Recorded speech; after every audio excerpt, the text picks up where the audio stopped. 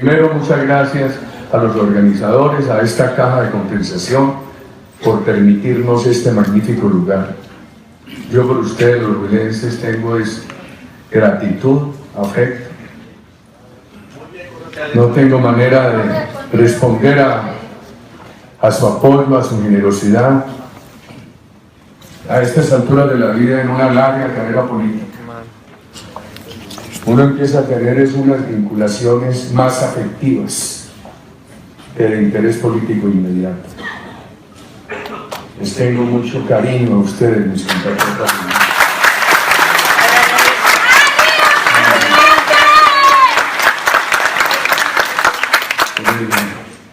2001, 2002 aterrizaba yo aquí, y cuando lo habían aterrizado de norte a sur, miraba por la ventanilla del oriente, veía la serranía donde empezaba el lindero del Caguán, y me estremecía.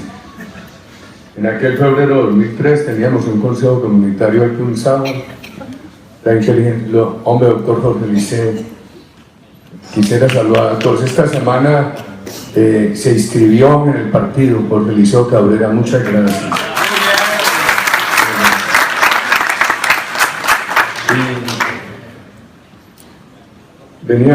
Yo tenía que estar aquí un sábado muy temprano por un consejo comunitario. La inteligencia de las Fuerzas Armadas dijo que había el peligro de que derribaran el avión presidencial al aterrizar.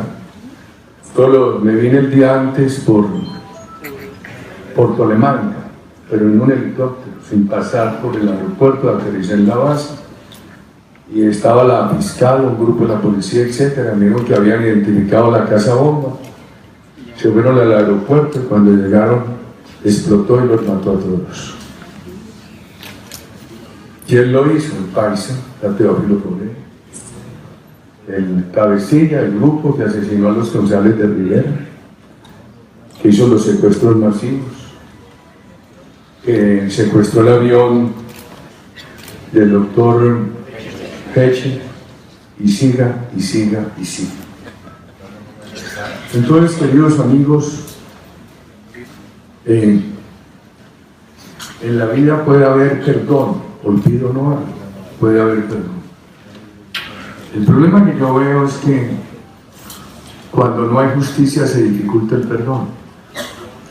Esta semana que se discutió en el Congreso el tema de que la FARC pueda tener escoltas de su grupo armados, yo decía, ¿cómo van a poner las armas de la República en manos de quienes han tenido una vida al servicio del delito?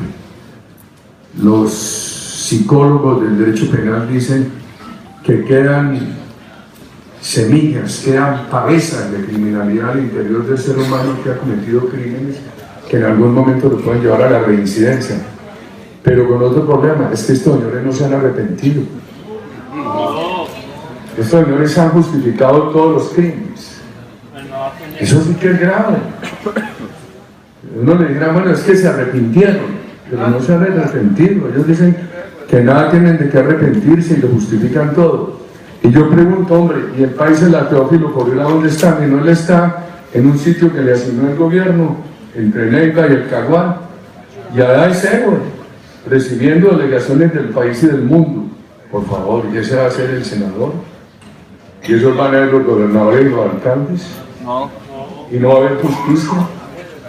¿Y cómo hay perdón sin justicia, queridos amigos? Yo creo que aquí estamos ante un problema que va a causar dificultades de perdón en el futuro.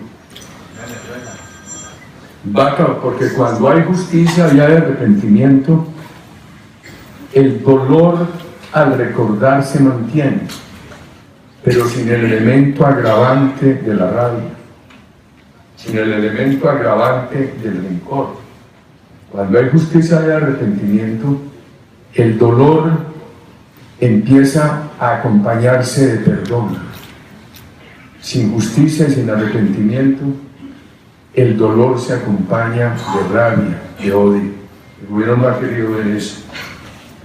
El senador Macías y el doctor Albarrán hablaron de algunas obras que aquí se hicieron, queridos amigos. Miren, esas carreteras que decía el senador Macías tienen una razón muy importante, estimados precandidatos. es la razón de comunicar por el sur del país, Paloma, es la razón de comunicar por el sur del país los llanos orientales con el Pacífico. Por eso el tramo La Uribe-Colombia-Huila.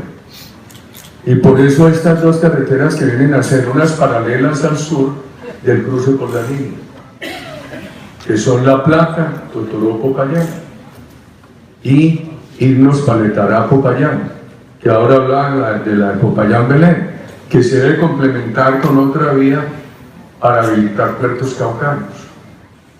El Pacífico debe quedar con Tumaco, con un puerto caucano, con Buenaventura y con Tribugá, mínimo, que lo necesita el país. A mí me duele que eso se haya paralizado todo. Claro, se avanzó en lo social.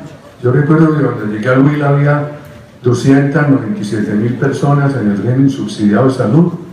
Llegamos a 803.000, es un gran salto. Lo mismo en Familias en Acción, lo que hicimos de Familias Guardabosques, etc. Hoy hay un problema muy grave en calidad de la salud. Todos los ciudadanos de Colombia dicen, bueno, usted nos dio el carnet, pero el servicio está muy mal. ¿Qué más que habrá que enfrentar? Ya lo dijo Álvaro Hernández. Hicimos con toda buena fe que nos lo pidió el departamento. Y a mí me dejó una experiencia. Es la única represa grande de Colombia que ha hecho el sector privado, las otras las ha comprado. Pero el sector privado no es capaz de hacer las represas. Porque las represas necesitan un gran entendimiento con la comunidad. Yo tuve la experiencia con empresas públicas de Medellín, grandes represas, estaba yo joven, trabajaba allá, y si no se cumplen los anhelos de la comunidad, esas obras se desacreditan. ¿Cuándo iba a pensar yo que el Huila durante 40 años, pidiendo el Quimbo, eso iba a generar tanto conflicto social? Entonces, volviendo a la infraestructura, oyendo al senador Macías, diría yo, aquí lo único que se ha pavimentado en Colombia, en este gobierno, lo mejor pavimentado, lo que mejor les ha quedado en pavimentos, es la carretera para hacer una segunda Venezuela. Ese es el mejor pavimento que ha dado este gobierno. La vía a una segunda Venezuela. Que hay que, primero, hablemos de dos cosas. Una referencia a Venezuela y segundo, cómo atajar esa vía. Una referencia, hay que ser totalmente solidarios. Qué momento tan difícil. Cuando mi generación estaba joven, el punto de referencia era Venezuela. ¿Cuántos colombianos se fueron para allá a buscar oportunidades, etcétera? Hoy muchos colombianos quieren regresar, los hijos y los nietos y muchos venezolanos. El país no les puede cerrar las puertas. El problema es que encuentran una Colombia deteriorada. Si esto estuviera próspero, creciendo, generando empleo de calidad, etcétera, muy bien. El problema es que aquí vamos a tener que abrir las puertas con toda generosidad y buscar un programa especial con ayuda internacional para poder darle una respuesta solidaria a todos los hermanos venezolanos. ¿Y cómo atajar ese camino que Santos deja también pavimentado? Esa autopista que Santos le hizo a la FARC con las mejores especificaciones para que Colombia sea una segunda Venezuela. Queridos amigos del Huila, comparto con ustedes esta reflexión. Eso no lo ataja a un resultado electoral. Cuando en El Salvador, después del proceso de 1993, ganó Arena, dijeron, hicimos la paz con el frente y ya lo atajamos. Mentiras. Los acuerdos dejaron tan amarrada la economía que se deteriora la situación social de El Salvador y el orden público, y tarde que temprano llegó la guerrilla y el país está peor. Allá viven del dinero que reciben de los Estados Unidos anualmente, porque hay muchos salvadoreños. Dicen que en los Estados Unidos viven tantos salvadoreños como en El Salvador, que eligieron a ese país, que es un país pequeño. ¿Cuántos kilómetros tiene el Huila? 22.000. 19.500. El Salvador tiene 21.000. 19.890. Yo lo hacía 22.000. Y allá los acuerdos asfixiaron la empresa privada, restringieron la democracia. el país. Entonces dijeron, ya ganamos las elecciones, se acabó la guerrilla. Mentiras. La guerrilla se demoró esperando que sus acuerdos deterioraran la situación social y asfixiaran más la economía. Y con eso se tomaron el poder en el 2009. Y están en el segundo gobierno guerrillero. Ya los que más se quejan son los empresarios colombianos que invirtieron allá. No basta con que se diga que se va a ganar las elecciones el año entrante para atajar a la FARC. Hay que hacer unas reformas muy importantes para recuperar la confianza y para que este país siga adelante. ¿Cómo? Que puede ser que el año entrante ellos pierdan, le van a decir, ganamos perdiendo. Van a decir que les tienen que respetar los acuerdos en la Constitución. Hay que no los reformemos. Y van a decir, perdimos, pero ahí tenemos 5 senadores, ahí tenemos 5 representantes, y ahí tenemos 16 representantes de las circunscripciones especiales. Van a decir, perdimos. No, van a decir, ganamos. Esos acuerdos están en la Constitución y los tienen que dar por 12 años. Cuidado, no basta con ganar las elecciones del año entrante.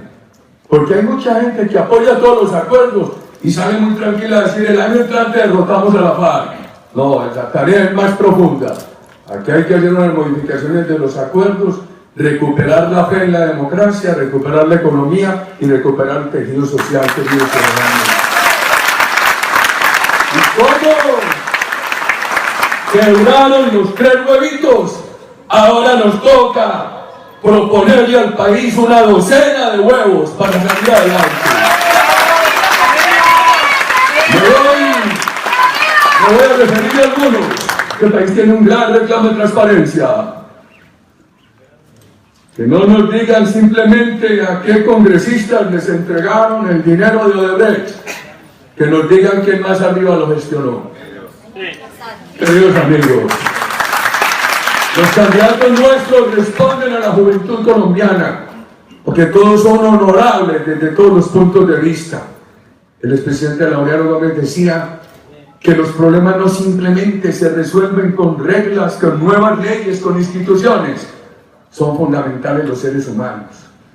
Ellos tienen magníficas propuestas para derrotar la corrupción, que el muro de la infamia de Mariano Rosario, que Iván Duque, Rafael Nieto, Carlos Holmes, Paloma coinciden en sancionar a los socios de por vida de cualquier empresa corrupta, que hay que conocer el nombre de los gestores de recursos del Estado, porque van por mermelada, se roban parte y enseguida nadie sabe quiénes son, porque el gobierno los tapa, los oculta. Tienen muy buenas propuestas. ¿Saben cuál es la mejor propuesta del Centro Democrático contra la corrupción? Los candidatos. Ya ahí se reduce el debate, queridos amigos, y repitan en el Huila, la mejor propuesta del Centro Democrático contra la corrupción son los candidatos. Hombre, a mí me duele mucho oír a mis compatriotas del Huila, cuando predomina un discurso de paz en el país, hablar de estas extorsiones. Ahora todavía la FARC les cobra las cuentas que quedaron debiendo, como para en la cordillera vallecaucana, que dicen, no, ya estamos en paz, pero nos deben el impuesto que no nos pagaron durante los 8 años de Uribe.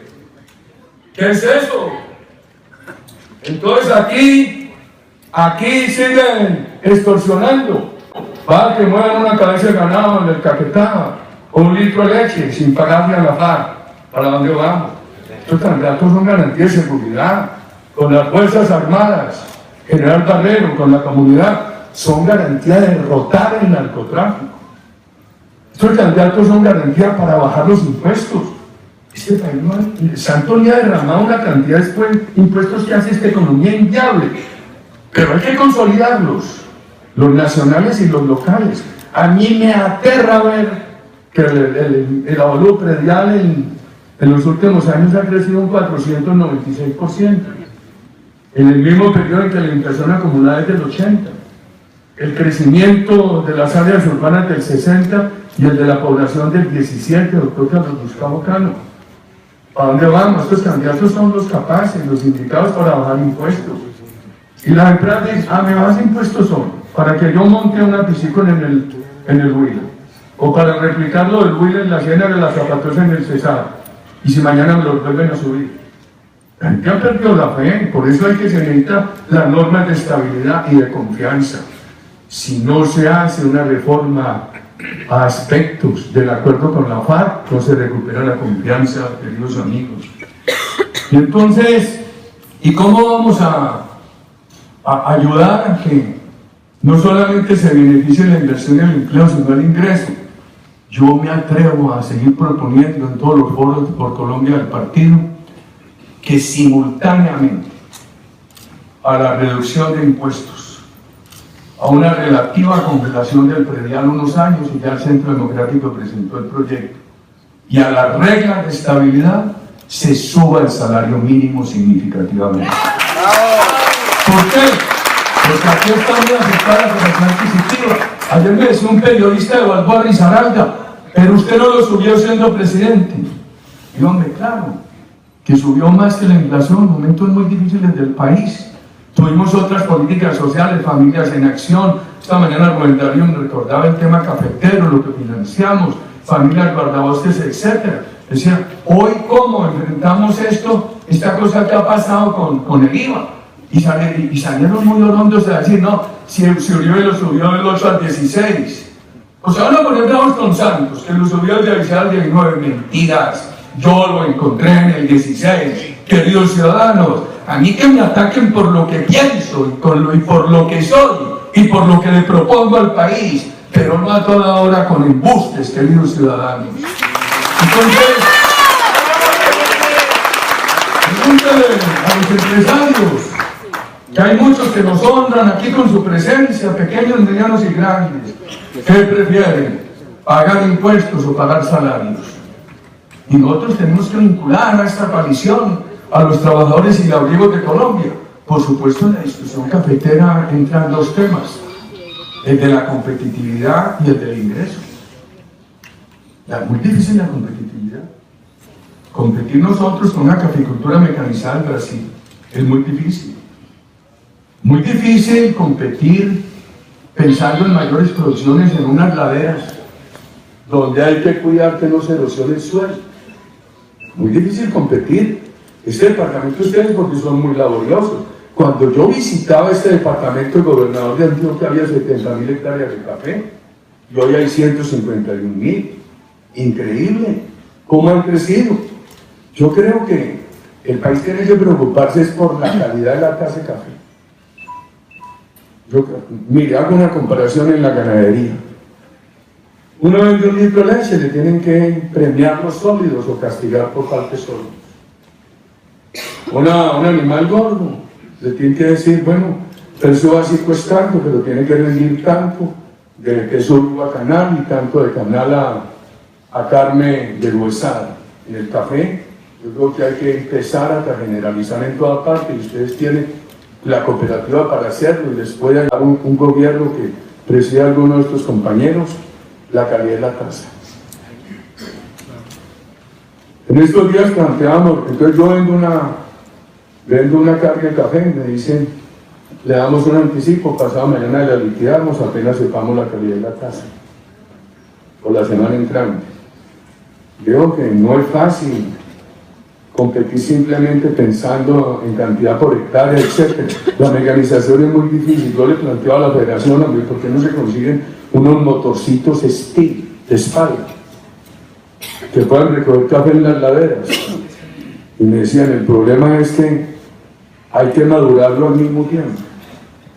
Y con el problema de estaciones de lluvia, de estaciones secas en Colombia, el café aquí madura, aparece café verde, en un árbol hay verde y maduro al mismo tiempo, y la maduración homogénea solamente es por fuera, no se ha logrado que se madure debidamente el grano. Muy difícil la mecanización. Entonces, ¿qué vamos a hacer con él? Y por el lado social está pobre el productor y pobre el trabajador cafetero, los dos. Pobre el productor y pobre el trabajador. ¿Qué hay que hacer? Yo creo que el Estado va a tener que hacer un esfuerzo muy grande, porque uno dice, hombre, ¿cómo no le pagan al trabajador cafetero la salud?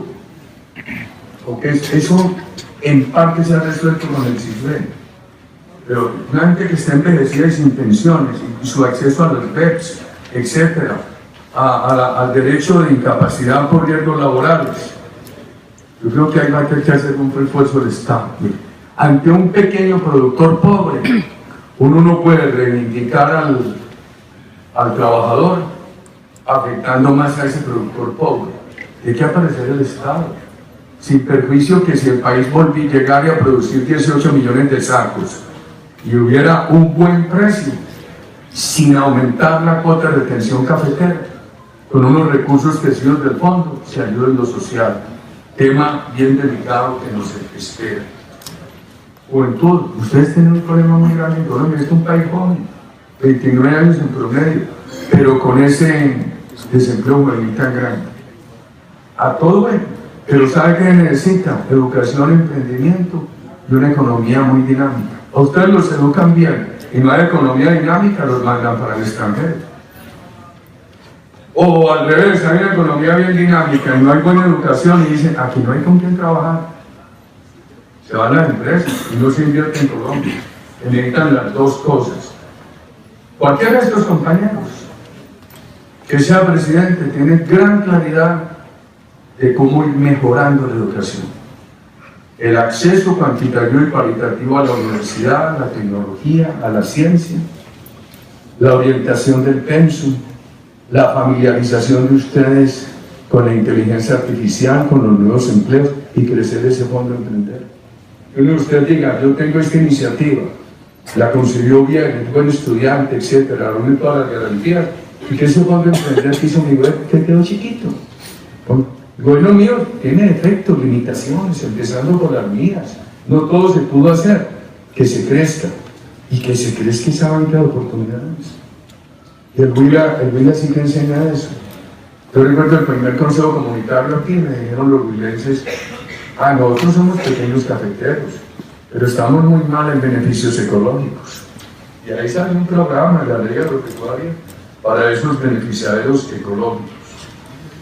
Y la verdad es que aquí enseñan mucho de diversificación productiva.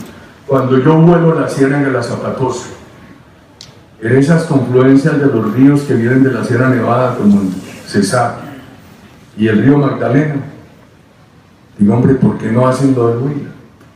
¿Por qué no hacen lo del Huila? Ustedes son un ejemplo en diversificación, lo que ustedes han hecho, por laboriosos. Este departamento tiene un tema muy importante en turismo, un tema muy importante en piscicultura. Y ustedes pueden ser los grandes productores de los nuevos fertilizantes que requiere el país. Anoche discutíamos con algunos la lista al Congreso. Ustedes no saben lo difícil que ha sido para el senador Macías y para Álvaro Hernán ser congresistas de oposición. Un esfuerzo enorme. Es la primera vez en muchos años que hay en Colombia una oposición democrática sin acceso a las gavelas del poder. Entonces uno le tiene que decir muchas veces a las comunidades, no puedo, no tengo manera. En el pasado, cuando los conservadores le hacían oposición a los liberales o al revés, compartían el poder. El Partido Liberal le declaró la oposición al presidente Belisario Betancur, pero compartían el poder. Y entonces repartían la respuesta a las comunidades, etc. Este Congreso, este partido no. Pero ha sido una bancada ejemplar. Una bancada que ha tenido resistencia, pundonor, estudio. Allá hay tres mayores, uno viejo que soy yo, los otros muy jóvenes, que lo han hecho muy bien. Hay que ganar el Congreso del año entrante. Hay que ganar el Congreso del año entrante, queridos amigos. La verdad es que quítenme a mí, porque lo que yo hago allá es yo soy el portero más caro del país. La gracia mía es salir de último, por la noche, para dar ejemplo, bostezando, muerto de sueño, para dar ejemplo.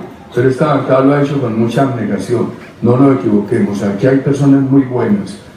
Yo le decía al doctor Julio Bamón que, hombre, ayúdenos a ver cómo avanzamos en esa discusión de anoche para tener una gran lista que satisfaga las expectativas de los colombianos, en Senado y en Cámara. y sé que los candidatos irán mirando cómo vamos a tener el candidato único, el programa único. No hay, a mí me dicen que escoja Uribe, ¿cuál? Ya escogimos 5, cumplimos el deber. Y ahí para adelante son ellos los que nos van a tener que decir cómo escogemos el candidato único. Y la coalición con el expresidente Pastrana. Claro, yo le hice oposición al Caguán. Se la hice con firmeza, pero sin respetarlo. Yo no estoy de acuerdo con eso, él lo hizo de buena fe. Él ganó después de que había prometido eso, muy diferente ahora. Porque Santos nos dijo en el 2010 todo lo contrario de lo que hizo. Entonces con Pastrana puede tener un diálogo sincero. Es muy importante en esa coalición, como él lo ha dicho, con el doctor Ordóñez, con la doctora Marta Lucía. Muy importante los laicos por Colombia, los grupos cristianos activos en la política, las víctimas de la paz. A mí me dicen, hombre, ¿por qué hablan de Angelino si él es de izquierda? Es un ministro razonable, el presidente Pastrana. Y en el gobierno nuestro fue un buen embajador en la OIT. A veces él piensa distinto de Uribe, en muchos temas sí, pero con él se puede dialogar. Yo le tengo confianza a los contradictores que no me engañan y los busco para dialogar con ellos. A los contradictores que me engañan les tengo pánico y me brego a esconder para que no me encuentren y no tener que sentarme con ellos.